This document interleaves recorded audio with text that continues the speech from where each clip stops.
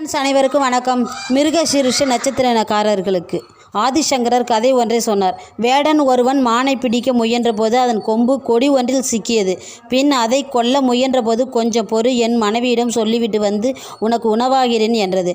அரைகுறை மனதுடன் வேடனும் அதை அனுப்பி வைத்தான். சற்று நேரத்தில் ஆண் மான் பெண் மானுடன் இரு குட்டிகளுடன் வந்து அவன் முன் நின்றது. ஒருவரை விட்டு ஒருவர் வாழ்வதில் அர்த்தமில்லை, எங்கள் நால்வரையும் ஒரே நேரத்தில் கொன்றுவிடு என்று வேடனிடம் சொன்னது பெண்மான். இதை கேட்ட வேடன் மனமிறங்கினான். அம்பும் வில்லும் நழுவி கீழே விழுந்தது.